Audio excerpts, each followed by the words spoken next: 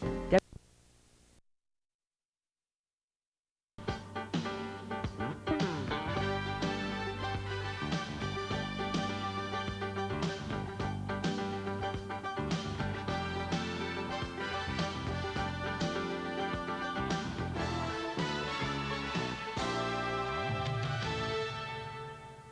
you and welcome to the show this morning. The topic today is a profile on CCheeseborough, the senior coach for the women's track team at Tennessee State University. And of course, we have with us this morning Ms. CCheeseborough herself. Of course, let me welcome you, Ms. Cheeseborough, to the program this morning and to tell you how delighted we are to be able to profile you as our guest this morning.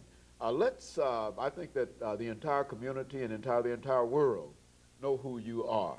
But before we get into the program to talk about your profile and to deal with some of the Olympic exploits and some of those memorances from you, let's give you an opportunity to briefly give our audience some idea of who you are and how you became involved with Tennessee State University from that perspective, and then we'll get into some of your coaching responsibilities now, and then later on your Olympic exploits. My name is CCheeseborough. I'm from Jacksonville, Florida. I came to Tennessee State in 1975 as a high schooler.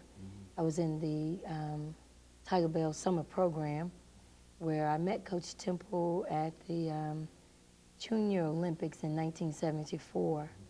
No, that was the second time I met Coach Temple. The first time, Coach Temple recruited my oldest sister to come here to high jump, and she turned down the scholarship, and I told my mom that I was going to come to Tennessee State and I was going to run track, and it happened just like that in 1974.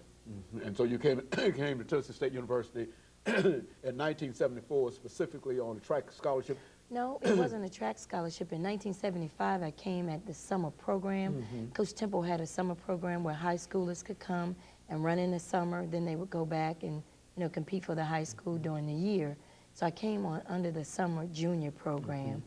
And so you were already involved in perhaps a limited way in a track program before you met Coach Temple? Of course, I ran in high school. I competed from 7th grade through the 12th grade in the state of Florida. I was undefeated, running track, so had a good career going on and came here to Tennessee State to finish that career out. And so Coach Temple recognized your record, but you mentioned your sister. Now your sister evidently was more advanced in track than yourself because she was given a scholarship. Talk about that. Well, my oldest sister was a senior in 1970. I was just in the 6th grade then, and she was a high jumper. She was the state champion in Florida, and Coach Temple heard about her, and he wanted her to be a part of his program. She came up to the summer program, but she decided that it was a little too far for her, so she returned home. And then he heard about her sister. Well, a couple of years later, I came along, and he saw me run at the Junior Olympics, and he approached me and my mother and asked, could we come up to the summer program, and that's where it took off from. Now, who invited you to become a member of the Tiger Bell?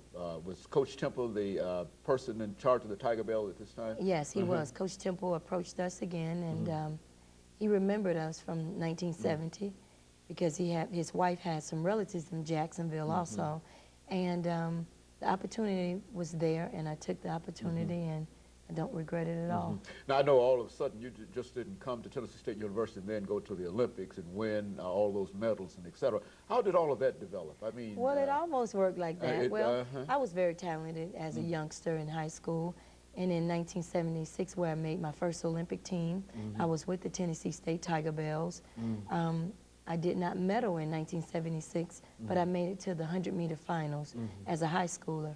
So I didn't win all my medals there, but I did make the Olympic team as a junior in high school. Now, what did it mean for you to be a junior in high school, to medal, and then the sort of worldwide fame that that almost accompanied that? How did you react to all of that? Well, I was a kid that just kind of really didn't let success, overtake me. So I did the normal things as high schoolers do. I was excited because I had an opportunity to travel somewhere I'd never been. We went to Montreal, Canada, where I competed in Canada, and it was a great experience for me. And of course, all of this time, as being a member of the Olympics, you were not a single runner, but you were a member of the Tiger Bells, and there was various components and et cetera. Talk about some of the pairing and that kind of information for our audience. Well, I need to go back a little because I met Coach Temple in '74. In 1975, he took me to the Pan American Games, where he was a Pan American coach, and I won two gold medals out of the Pan American game with him being the coach. The first gold was in the 200 meters, then the other gold came in the 4x1 relay. So that made me a part of the Tennessee State summer program from there. And then the following year, we went on to the Olympics. But coming to Tennessee State was exciting for me, and I was a great basketball player in high school. But what happened, no one gave me any track scholarships because they automatically assumed that I was coming to Tennessee State.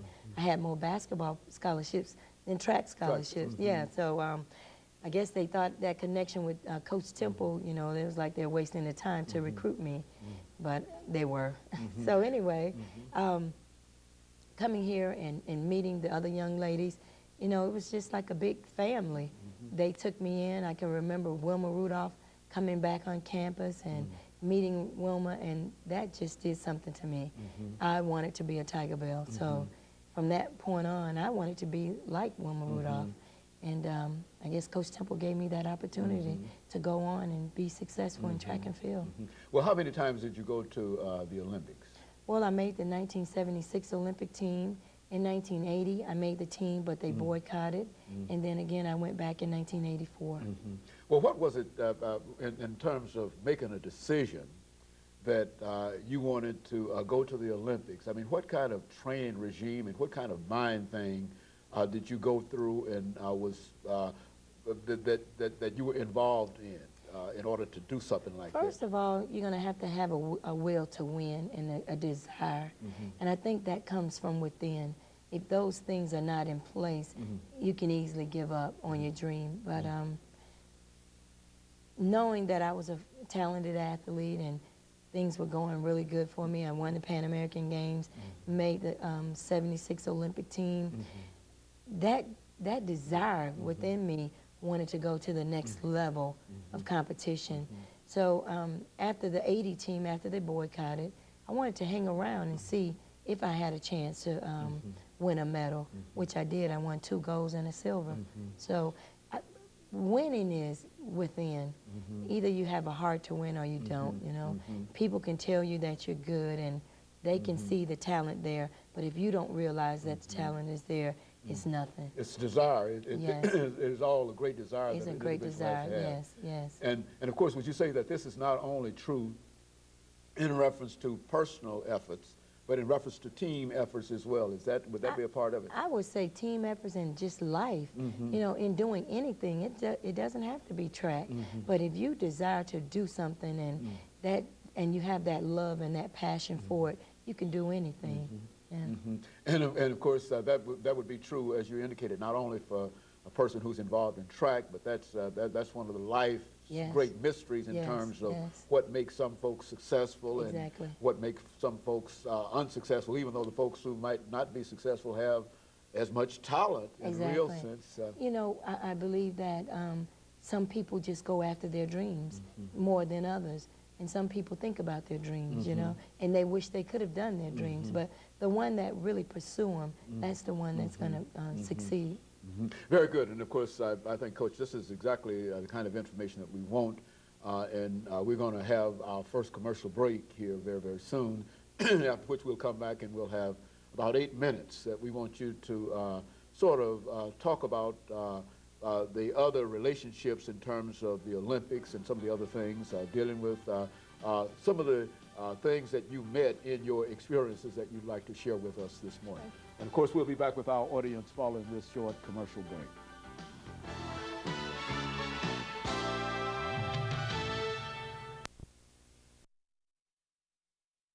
talking to Ms. Chandra Cheeseborough.